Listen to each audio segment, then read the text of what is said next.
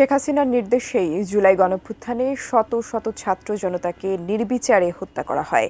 এই দাবি করে আন্তর্জাতিক অপরাধ ট্রাইব্যুনালের চিফ প্রসিকিউটর জানান, শেখ হাসিনার ফোনালাপ, রাজসাক্ষী সহ অন্য সাক্ষীদের জবানবন্দি ও বিভিন্ন তথ্যউপাত্তে তা প্রমাণিত।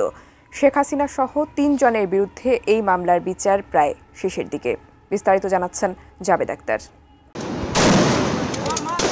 ২৪ জুলাই আগস্টের গণ অভ্যুত্থানে ১৫০০-এরও বেশি ছাত্র জনতা হত্যার শিকার হয়েছেন, আহত হয়েছেন ২৫,০০০-এরও বেশি আন্দোলনকারী। হতাহতের এই সংখ্যার ভিত্তিতে ক্ষমতাচ্যুত প্রধানমন্ত্রী শেখ হাসিনা ও সাবেক স্বরাষ্ট্রমন্ত্রী আসাদুজ্জামান খান কামাল সহ ৩ জনকে আসামি করে মানবতাবিরোধী অপরাধের মামলা হয়।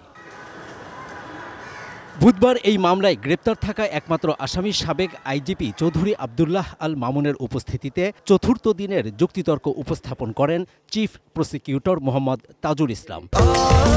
স্বাস্থ্যকর অল টাইম ফ্যামিলি কেক, সব সময় অল টাইম হেলদি লাইফ। ১৫০০-এরও বেশি ছাত্র জনতাকে হত্যার প্রধান নির্দেশদাতা যে শেখ হাসিনা, তার সপক্ষে শেখ হাসিনার সঙ্গে সাবেক মেয়র ফজলে নূর তাপস ও হাসানুল হক ইনুর ফোনালাপ সহ বিভিন্ন ডকুমেন্টস আদালতে তুলে ধরেন তিনি।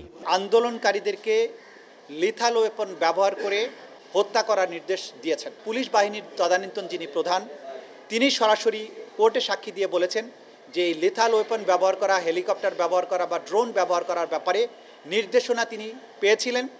প্রধানমন্ত্রী স্বরাষ্ট্রমন্ত্রীকে বলেছিলেন, স্বরাষ্ট্রমন্ত্রী তাকে টেলিফোন করে জানান যে প্রধানমন্ত্রী তাকে এই নির্দেশ দিয়েছেন। বাংলাদেশের সিআইডি, ক্রিমিনাল ইনভেস্টিগেশন ডিপার্টমেন্ট, তারা ফরেনজিক টেস্ট করে বলেছেন এই কণ্ঠস্বর শেখ হাসিনার ওয়াইড স্প্রেড এবং সিস্টেম্যাটিক হওয়ার যে শর্ত, সেটি যে পরিপূর্ণভাবে এই মামলায় প্রমাণিত হয়েছে বা শর্তগুলো পূরণ হয়েছে, সেগুলো আমরা দেখিয়েছি। শেখ হাসিনার নির্দেশে কোন কোন হেলিকপ্টার থেকে কী ধরনের অস্ত্র ব্যবহার করে আন্দোলনকারীদের হত্যা করা হয় তার বিস্তারিত প্রমাণও যুক্তিতর্কে উপস্থাপন করেন চিফ প্রসিকিউটর। হেলিকপ্টারের ডিটেইল ফ্লাইটের চার্টার আমরা সংগ্রহ করেছি। কি কি অস্ত্র সেখানে ব্যবহার করা হয়েছে, তোলা হয়েছে, তার তালিকা আমরা দিয়েছি। কত রাউন্ড গুলি ফায়ার করা হয়েছে সেগুলো আমরা দিয়েছি। সেখানে SMG, light machine gun, shotgun, rifle, sound grenade, stun grenade সব কিছুর হিসাব এখানে আছে।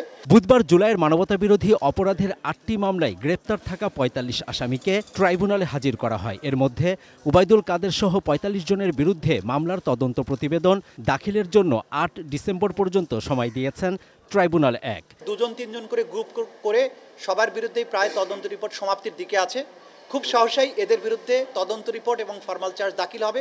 এদের বিরুদ্ধেও আনুষ্ঠানিক বিচার শুরু হয়ে যাবে। বৃহস্পতিবার শেখ হাসিনা সহ ৩ আসামির বিরুদ্ধে প্রসিকিউশনের ৫ম দিনের যুক্তিতর্ক উপস্থাপন হবে।